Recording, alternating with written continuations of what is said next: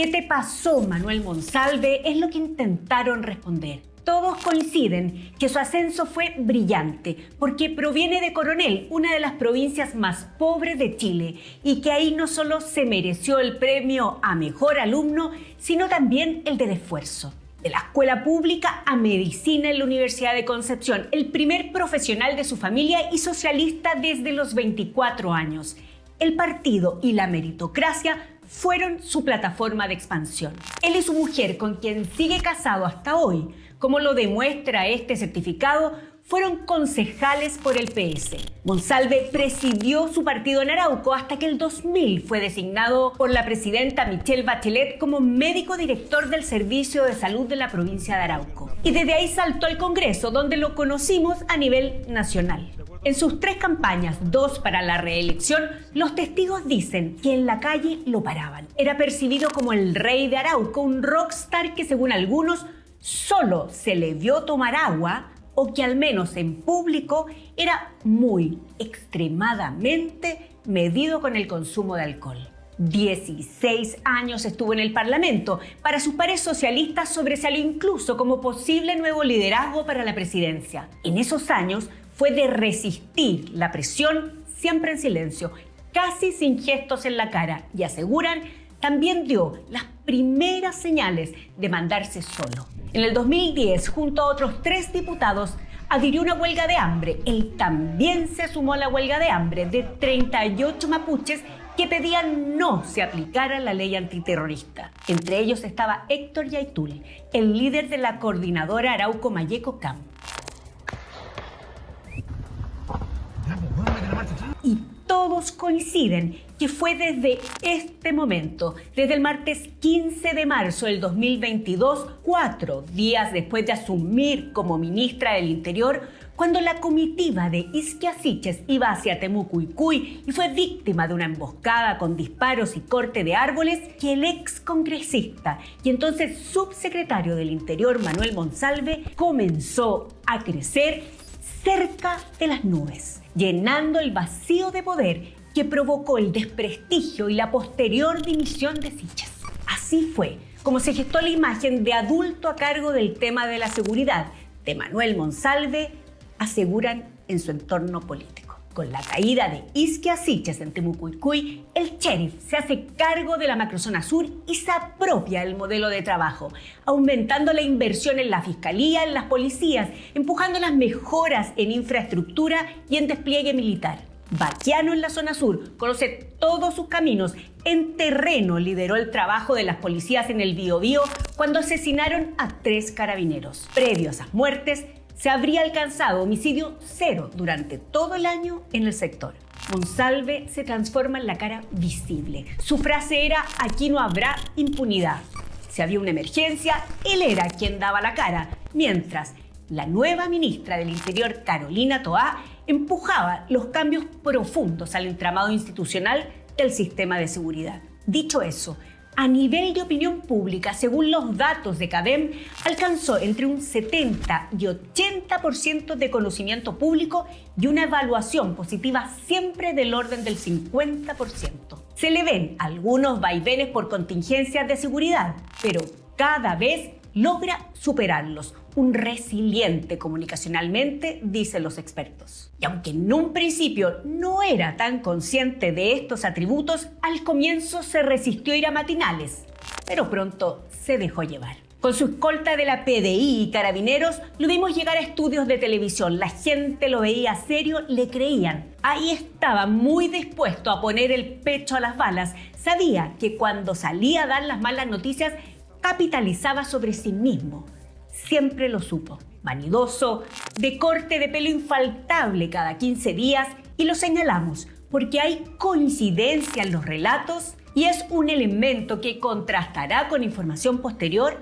Socialmente muy poco consumidor de alcohol, quizás vino o cerveza, pero siempre en baja medida. Conocido por lo picado de la araña, se repite entre los conocidos, con pocas redes en el poder, pero con un equipo cercano de enorme lealtad. Se lo califica como un niño terrible, que continuó mandándose solo luego del impulso que le dio la caída de Siches. Ya lo dijimos, Llenó ese vacío de poder y lo dejaron hacer, dicen.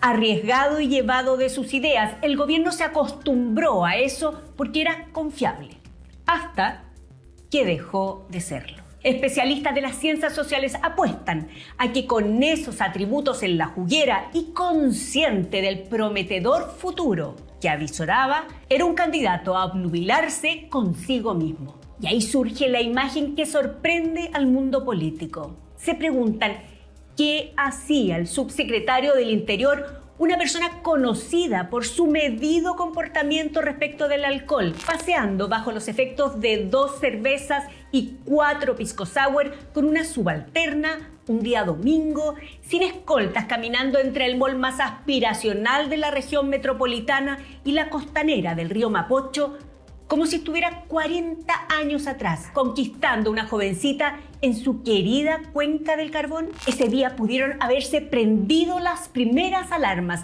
y otra historia contaríamos.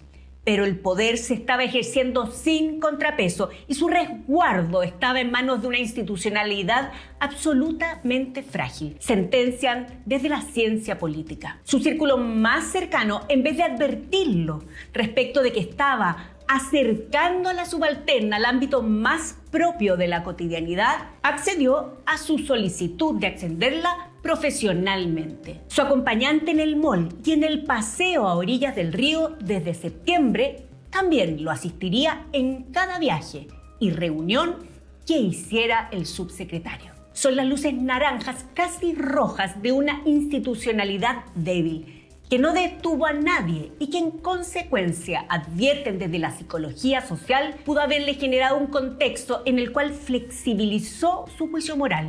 Probablemente le permitió sentirse impune, omnipotente, y se desató el descontrol. Así es como llegamos a la noche del domingo 22 de septiembre, agregan. Entonces, bajo el efecto de 8 pisco sour catedral, según dice la cuenta del restaurante Ajiseco Místico, el subsecretario y la misma acompañante continuaron en la escalada, caminando solos, pero ahora de noche, por el centro de la ciudad, para terminar despertando desnudos en el hotel donde residía Monsalve. Y según lo dijo el mismo subsecretario, sin recordar nada y con una bomba en las manos, con algo grave, como le habría confesado a sus más cercanos en la subsecretaría. El 10 de octubre, su jefe de gabinete, Gabriel de la Fuente, y Gustavo Herrera, el jefe directo de la víctima, ambos socialistas, escucharon la versión de Monsalve.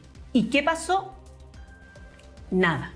Los analistas señalan que la fiscalización interna dentro de su gabinete no sucedió nunca, que no levantaron las alertas hacia la autoridad superior, que 4 días antes de la denuncia formal de la víctima no fueron capaces de prever los efectos políticos, no solo sobre Monsalve, sino también respecto de la sobrevivencia de la coalición que gobierna. Fuentes de La Moneda dudan que Gabriel de la Fuente no fuese más consciente de las debilidades del subsecretario, pero dicen que a causa de una enfermedad estaba más ausente, que Débora Bailey, su ex jefa de comunicaciones feminista y experimentada, ya no estaba para pispar las situaciones, que nadie pensó en la ley Karin o que pudiera estar abusando del cargo para atraer a la víctima. Nadie. Que se habían ido varios mandos medios, que Monsalve gobernaba con los incondicionales viejos del Partido Socialista y con gente sin suficiente experiencia, que en esas condiciones habitaba el poder absoluto, sin frenos, frente a una institucionalidad que se mostró vulnerable al liderazgo carismático del hombre de la izquierda, en el que hasta la policía confiaba. Muestra de ello es la acción de la Brigada de Investigaciones Policiales Especiales VIP de la PDI, que revisó cámaras y hasta su celular. Los analistas se atreven a señalar que Monsalve no solo se creyó más inteligente que todos, sino que nuevamente, sin contrapesos, en una situación de poder total, como miembro de la élite política, aprovechó y usó a su antojo las herramientas del Estado, en este caso de la policía, para uso propio. Pero también subrayan lo que califican de mediocre reacción posterior. Señalan que el proceso de recopilación para decidir asertivamente fue lento y tardío, que la información no se contrastó, que el análisis fue sesgado, poco profesional y lejos de una mirada de género. el síndrome de hubris como una síntesis a los efectos del poder. Traen a colación los psicólogos sociales. El ego desmedido, el desprecio hacia las opiniones de los demás, el peligroso alejamiento progresivo de la realidad pudieron estar de fondo. Lo anterior sin contrapeso interno, sin protocolos que funcionen y con la posibilidad cierta de convertirse en el primer ministro de Seguridad de Chile, que eran, con altas probabilidades, su próxima meta, permitieron que se impusiera el caos. Recién esta semana, 40 días después de conocerse la denuncia de la presunta víctima, la ministra del Interior reconoció en la comisión investigadora del caso Monsalve, en la Cámara de Diputados, la tardanza en las acciones. Nos duele profundamente que bajo nuestro gobierno no hayamos logrado proteger, no logramos advertir ese riesgo que estaba presente en ese gabinete. Yo aquí acuso a Manuel Monsalve de haber defraudado la confianza del presidente y la del país completo para perseguir fines personales. Hubiera sido mejor que cerráramos la definición el miércoles en la tarde. Hubiera sido mejor, ciertamente. El perfil de abusador del agresor sexual no existe, nos dicen los psiquiatras forenses. Suelen ser gente común y corriente. Y el alcohol no libera a ningún acusado de la pena, agregan los abogados penalistas, porque elegiste libremente convertirte en un peligro cuando decidiste beber de esa manera. Ordeno la prisión preventiva del imputado, señor Monsalve, por estimar que su libertad constituye un peligro para la seguridad de la sociedad. En unos 4 meses más terminará la investigación. 6 meses después, en agosto del 2025, calculan los abogados, comenzará el juicio oral en contra de Manuel Monsalve, que durará cerca de un mes. Es ahí donde habrá que acreditar que hubo acceso carnal a la víctima y que ella estaba incapacitada para oponerse en ese momento. Si esto se logra demostrar, más allá de cualquier duda razonable, el ex confiable subsecretario del Interior podría ser condenado a una pena de hasta 15 años de cárcel. Raya para la suma, quedó demostrado que no contamos con una institucionalidad que permita detectar situaciones como esta a tiempo, ni con protocolos frente a investigaciones penales de este nivel de nuestras autoridades, ni tampoco con líneas de acción definidas que eviten que las respuestas del gobierno sean tardías y a todas luces insatisfactorias. Nada concreto nos permite confiar que otra autoridad no esté abusando en este momento sin contrapeso a su poder. En la antigua Roma, quienes ejercían el poder tenían a una persona que estaba al lado para repetirle solo la siguiente frase: Memento mori, que no eran todopoderosos, sino simplemente mortales.